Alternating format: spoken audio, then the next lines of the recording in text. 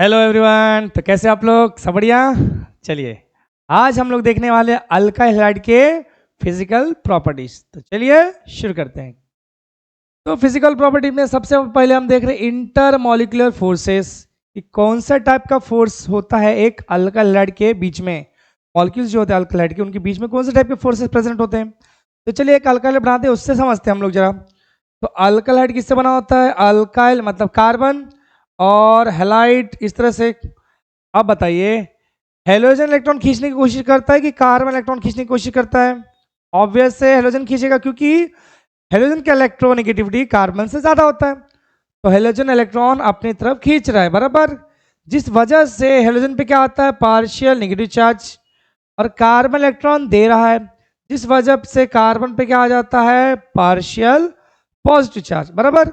तो कार्बन और हेलोजन का बॉन्ड के अंदर एक पार्शियल पॉजिटिव चार्ज है हेलोजन पे, और पार्शियल पॉजिटिव चार्ज है कार्बन पे, और पार्शियल नेगेटिव चार्ज है हेलोजन पे। अब आपको पता ही होगा, ऐसा बॉन्ड जहां पर पॉजिटिव नेगेटिव चार्ज क्रिएट होता है, ऐसे बॉन्ड को हम लोग क्या बुलाते हैं? Polar covalent bond. ठीक है, पोलर कोवेलेंट बॉन्ड के नाम से बुलाया जाता है इसको। तो चलिए देखते हैं पहला पॉइंट क्या लिखा है।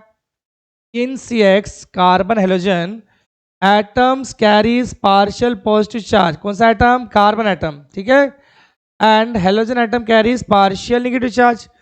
किसकी वजह से? Due to electronegativity difference. क्योंकि हेलोजन का इलेक्ट्रोनेगेटिविटी अलग होता है, कार्बन का इलेक्ट्रोनेगेटिविटी अलग होता है। हेलोजन इलेक्ट्रॉन खींचने की कोशिश करता है, कार्बन इलेक्ट्रॉन देने की कोशिश करता है। CX bond is polar covalent bond, जिस वजह से ये बॉन्ड कैसे बन जाता है? पोलर बन जाता है। और ऐसे मॉलिक्यूल को हम लोग क्या बुला सकते हैं? पोलर मॉलिक्यूल बुला सकते हैं बराबर, क्योंकि इसका कुछ ना कुछ तो डायपोलमेंट होता ही है। Dipole dipole interaction are present in CX compound, जिसके अंदर पोलर कोवेलेंट बॉन्ड बन जाता है। ऐसे मॉलिक्यूल के अंदर जो फोर्स होता है, कौन सा टाइप का फोर्स होता है? डायपोल डायपोल इंटरेक्शन वाला फोर्स होता है। एज साइज इंक्रीजेस, ठीक है, bond length also increases but bond strength decreases. ये कुछ और बताने की कोशिश कर रहा है। फिलहाल हम लोग इंटरमॉलिक्यूलर फोर्सेस के बारे में समझ गए। अब जरा बॉन्ड लेंथ और बॉन्ड स्ट्रेंथ के बारे में समझते हैं। देखिए, जैसे जैसे आप एटम का, हेलोजन एटम पकड़ लो बराबर, जैसे जैसे हेलोजन एटम का आप क्या करते जाओगे? साइज बढ़ाते जाओगे, वैसे वैसे बॉन्ड लेंथ भी बढ़ते जाएगा। जैसे एग्जांपल से मैं आपको समझाना चाह रहा हूं। मान लीजिए कार्बन सेम रख देता हूं मैं, कार्बन कार्बन कार्बन। ये मैंने फ्लोरीन जोड़ा, यहाँ पर मैंने क्लोरीन जोड़ा, यहाँ पर मैंने ब्रोमीन जोड़ा, और यहाँ पर मैंने आयरन जोड़ा। अब आपको पता है कि फ्लोरीन का साइज छोटा होता है, क्लोरीन का साइज थोड़ा बड़ा होता है, ब्रोमीन का और बड़ा, और आयोडीन का उससे भी बड़ा साइज होगा। तो देखिए, जैसे जैसे साइज बढ़ रहा है, बॉन्ड लेंथ भी बढ़ते जाएगा बराबर ना। तो सबसे ज्यादा कार्बन और आयोडीन वाला बॉन्ड मतलब बॉन्ड लेंथ ज्यादा होगा, फिर C और Br ब्रोमीन वाला, फिर C और क्लोरीन वाला, और फिर C और F वाला। तो सबसे बड़ा bond length carbon and iodine वाला, और सबसे छोटा है कार्बन एंड फ्लोरीन वाला।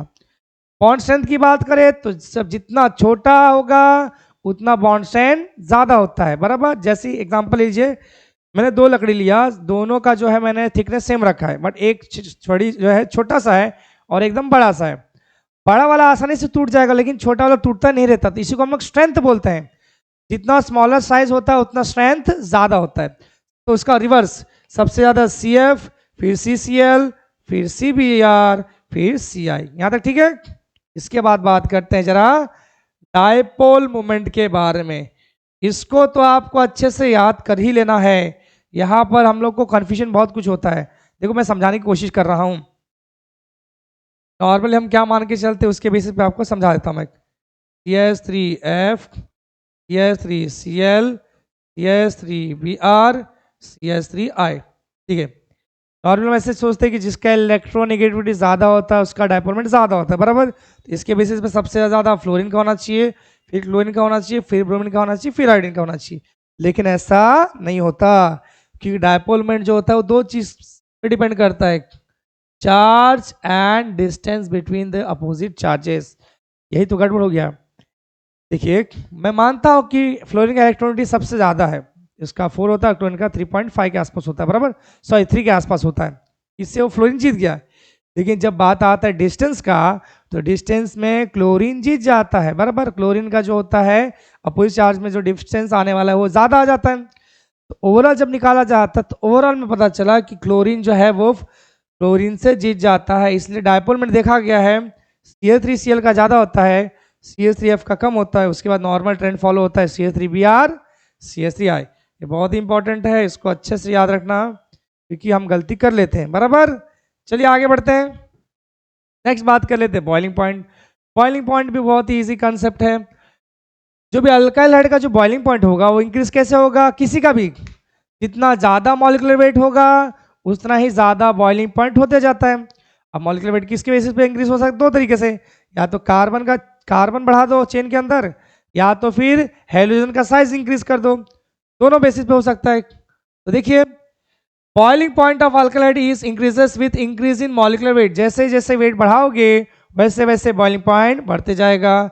This is due to increase in van der Waals force. Van der Waals force जो है मॉलिक्यूलर वेट के हिसाब से इंक्रीज होते जाता है, तो इसके लिए ही बॉइलिंग पॉइंट भी इंक्रीज होते जाता है। तो मान लीजिए कार्बन सेम है तो बॉइलिंग पॉइंट कैसे बढ़ेगा, कार्बन सेम है, एक कार्बन एक कार्बन एक कार्बन एक कार्बन, लेकिन इसके पास फ्लोरीन है, इसके पास क्लोरीन है, इसके पास ब्रोमीन है, इसके पास आयोडीन। आप खुद ही बताओ मॉलिक्यूलर वेट किसमें ज्यादा होगा, डाउन द ग्रुप ज्यादा होता है, जितना नीचे जाओगे वेट बढ़ते जाता है। तो सबसे ज्यादा वेट इसका है, सबसे ज्यादा बॉइलिंग पॉइंट CI का होगा, फिर CBr का होगा, फिर CCl का, सबसे कम बॉइलिंग पॉइंट होगा CF का, बराबर। मतलब यहाँ पर CH3F का सबसे कम, फिर CH3Cl का ज्यादा, फिर CH3Br और सबसे ज्यादा होगा CH3I, जब कार्बन सेम होगा तब। अब मान लीजिए अब हेलोजन सेम कर देता और कार्बन अलग अलग रख लेते हैं। हेलोजन है क्लोरीन क्लोरीन क्लोरीन, बराबर, कार्बन 1 2 3। अब बताए किसका वेट ज्यादा होगा, जिसमें कार्बन ज्यादा। तो यहाँ पर 3 कार्बन है, इसका वेट ज्यादा, मतलब इसका बॉइलिंग पॉइंट ज्यादा, फिर 2 कार्बन वाले का, फिर 1 कार्बन वाले का। अब मान लो दोनों भी सेम कर दे तब क्या सोचोगे, कार्बन भी सेम होगा और हेलोजन भी सेम कर दिया मैंने। तो ये देखो एग्जांपल दिया गया CH3 CH3 CH2 Cl, CH3 CH CH3 Cl, chlorine chlorine, 3 carbon दोनों कुछ सेम है। उस केस में याद रखना आप लोग स्ट्रेट वाले का बॉइलिंग पॉइंट ब्रांचिंग वाले से ज्यादा होता है। जितना ज्यादा ब्रांचिंग उतना कम बॉइलिंग पॉइंट, जितना कम ब्रांचिंग उतना ज्यादा बॉइलिंग पॉइंट। क्लियर है, चलिए आगे बढ़ते हैं, सॉल्युबिलिटी की बात करते हैं। Alkyl halides are insoluble in water because of the inability to form H bond with water. देखिए कोई भी चीज वाटर में तभी सॉल्युबल हो सकता है जब वो वाटर के साथ क्या कर सके, एच बॉन्ड बना सके। एच बॉन्ड बनाएगा, 3 ही कंडीशन होता है, जो एच है वो एफ से जुड़ा होना चाहिए, या फिर ओ से जुड़ा होना चाहिए, या तो एन से जुड़ा होना चाहिए। इसी 3 कंडीशन में एच बॉन्ड बनता है। लेकिन अल्काइल हैलाइड के अंदर कार्बन से फ्लोरीन जुड़ा होगा ज़्यादा से ज़्यादा। फ्लोरीन वाला तो केस छोड़ ही दो, ब्रोमीन वाला केस भी छोड़ ही दो, आयोडीन वाला भी केस छोड़ ही दो। मान लो फ्लोरीन वाला केस पकड़ भी लिया, लेकिन उसमें फ्लोरीन से हाइड्रोजन डायरेक्टली जुड़ा नहीं होता, वो किससे जुड़ा होता है, कार्बन से। तो ये भी एच बॉन्ड शो नहीं करता। इसका मतलब कोई भी अल्काइल हाइड वाटर में सॉल्युबल नहीं होते। फिर वो सॉल्युबल कहाँ होते हैं, ये सॉल्युबल होते हैं ऑर्गेनिक सॉल्वेंट्स में, जैसे बेंजीन, क्लोरोफॉर्म, CCl4, इन सभी में सॉल्युबल हो सकते हैं। आराइल हाइड्स भी insoluble in water because the inability to form H bond, वही सेम बात है। आराइल हाइड भी वाटर में सॉल्युबल हो ही नहीं सकती क्योंकि वो भी एच बॉन्ड नहीं बना सकते, ठीक है। For disubstituted benzene, the order of boiling point is ortho, similar to meta and similar to para. एक मिनट, अगर डाइसब्स्टिट्यूटेड बेंजीन लोगे जहां पर दो दो ग्रुप अटैच्ड हो, तो आप देख सकते हो, आप ऑब्जर्व करोगे कि ऑर्थो वाले का, मेटा वाले का और पैरा वाले का तीनों का बॉइलिंग पॉइंट ऑलमोस्ट सेम ही आता है, ठीक है। कोई भी टाइप ले लो, ऑर्थो मेटा पैरा ले लो, तीनों का बॉइलिंग पॉइंट सेम ही आता है। जैसे यहाँ पर देखो, ये ऑर्थो आपका मेटा 1-3-1-2 ऑर्थो, 1-3 मेटा, 1-4 पैरा होता है। अगर आप ऑब्जर्व करोगे तीनों का बॉइलिंग पॉइंट जो होता है ऑलमोस्ट सेम होता है। बॉइलिंग पॉइंट की बात करो, ठीक है। अब जरा बात कर लेते हैं जरा मेल्टिंग पॉइंट के बारे में। लेकिन मेल्टिंग पॉइंट डिपेंड करता है मॉलिक्यूलर वेट के साथ साथ सिमेट्री पे भी, कितना क्लोजली पैक्ड है। तो ऑब्जर्वेशन से पता चला सबसे ज्यादा क्लोजली पैक्ड होता है पैरा, ठीक है।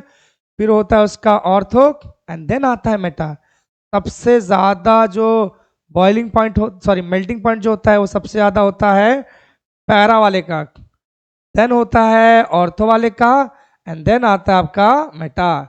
इसलिए ऑर्डर देखो पैरा ऑर्थो मेटा करके दिया गया है। तो आई होप आपको सारे फिजिकल प्रॉपर्टी बहुत ही अच्छे समझ में आ गए होंगे। नेक्स्ट वीडियो में हम लोग ऑप्टिकल आइसोमर के बारे में बहुत ही डिटेल में पढ़ने वाले हैं। मिलते हैं नेक्स्ट वीडियो में। Thanks for watching.